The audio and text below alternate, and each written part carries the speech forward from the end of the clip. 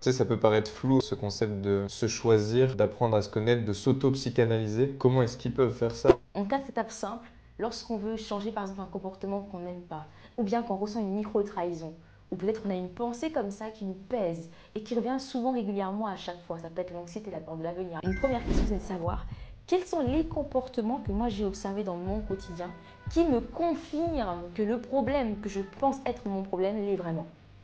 Parce que parfois on pense avoir un problème, mais qui n'est même pas le cas. Donc il faut identifier les comportements autour qu'on observe qui nous confirment ce problème.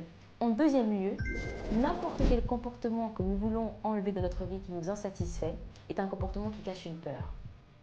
C'est l'amygdale dans le système limbique, dans le cerveau émotionnel, qui empêche ta personne d'agir parce qu'en fait, elle te protège de quelque chose qui lui est inconnu. Parce que le cerveau humain a toujours tendance à préférer rester avec l'habitude douloureuse que la belle vie inconnue. Voilà, l'inconnu fait peur au cerveau. Le primitif va réagir ainsi. Ça, j'ai peur, donc c'est pour ça que je te fais faire ci.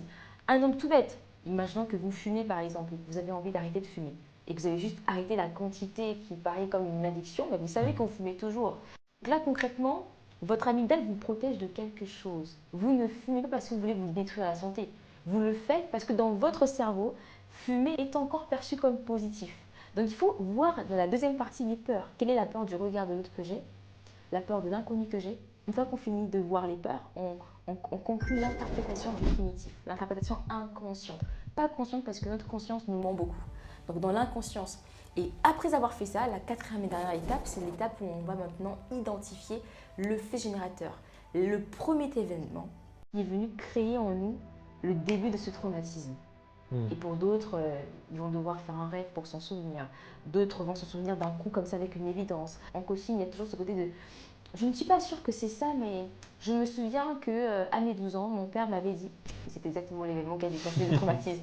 Donc, il y a ce petit doute, mais moi j'aime toujours dire aux dirigeants avec lesquels je travaille, un bon professionnel de la psyché n'est pas quelqu'un qui devine qui vous êtes, n'est pas quelqu'un qui vous dit qui vous êtes.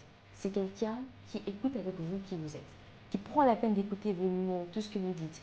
Et lorsqu'il va vous partager ce qu'il a écouté, vous allez directement ressentir ce partage comme une évidence dans votre cerveau. Une évidence, elle peut être douloureuse, c'est vrai, mais ça sera une évidence ressentie et reçue. Pourquoi? Parce que ça a toujours été en vous, en fait, au niveau du primitif. Il ne l'a pas créé.